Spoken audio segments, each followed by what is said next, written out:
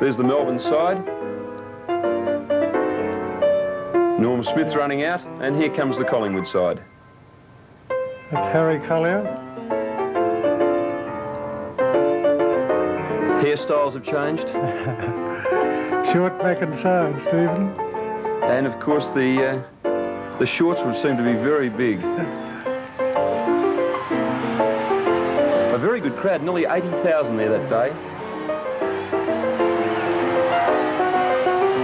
The previous year, Carlton and Collingwood had played off in the grand final. It's described as one of the greatest football matches ever. Yes, this was Collingwood's second year in succession that they were beaten in the grand final, which is very hard to take, isn't it? It sure is. Jack Mueller was named at full-back in the selected side to play on Ron Todd. There's a story behind that, surely. Well, that was a subterfuge. Even in those days we did such things, and the idea was to have Collingwood think he was going to line up on Ron Todd, but as soon as we got out on the ground, he went into the ruck and Ron Kimberley took over as full-back. Some of the players to watch out for. Number 4, or just before we do, here comes umpire Coward. He dislocated his elbow and is replaced by umpire Bill Blackburn. Yes, he got run over in a crush and dislocated his elbow. And Bill, of course, is to be very strong in the umpiring movement in the years to come. Yes.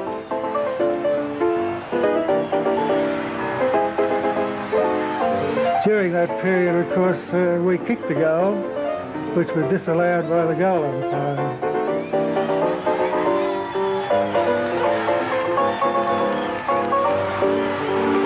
It's a bit hard. I'm not going to push you too hard to try and remember numbers after all this time. But number 4, of course. Smith and Jack Regan there. Beautiful kicking style. We'll probably see something of Regan. There's Norm Smith hooking the ball back over his shoulder. Harold Ball.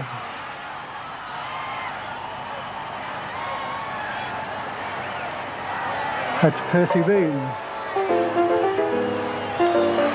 Later to be captain and coach and great Sheffield Shield cricketer for Victoria. Great all-rounder.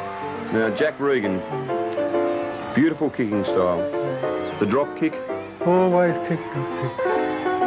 To the centre of the ground, Stephen. And a real personality at Collingwood for many years to come in the secretarial role.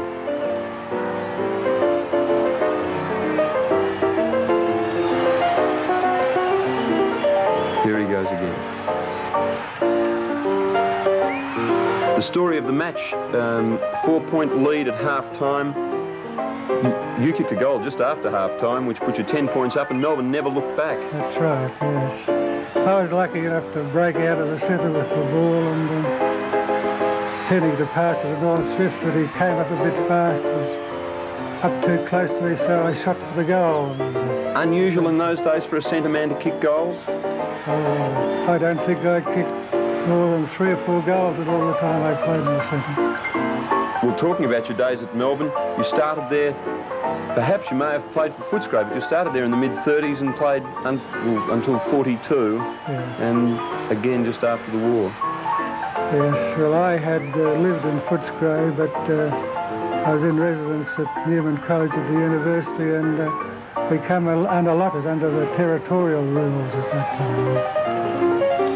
And you went there as a forward, didn't you? Yes, I had played full forward in the amateurs and kicked a lot of goals, but I was a bit too short for full forward in the league. And plus the fact that when I went to Melbourne, they had a pretty weak side, and they really needed a taller man than me up forward than what I was. In a side which was stronger at the time, I might have done better. This was the first premiership for 13 years. You were to go on and win it again in 1940 and again in 1941, but war service severely depleted the team. Do you think you could have kept winning premierships? I think we would have won 2 more at least, because we had a great lot of reserves at the time, and we had younger fellas behind pushing the older ones, and this is what makes good teams. Well, Bluey Truscott was named on a forward flank that day because Maury Gibb was injured. Yes. And unfortunately he was killed right at the end of the war. Sid Anderson. Sid Anderson was killed also. We're getting close to the end of this match. Melbourne. Gordon Jones, number 1, who's centre half back. It's fairly flickery, isn't it, when you compare television coverage of these days to these filmed highlights of 1939. And they're nearly all taken from the fence close up. You can't see much out of the ground. And there's the final.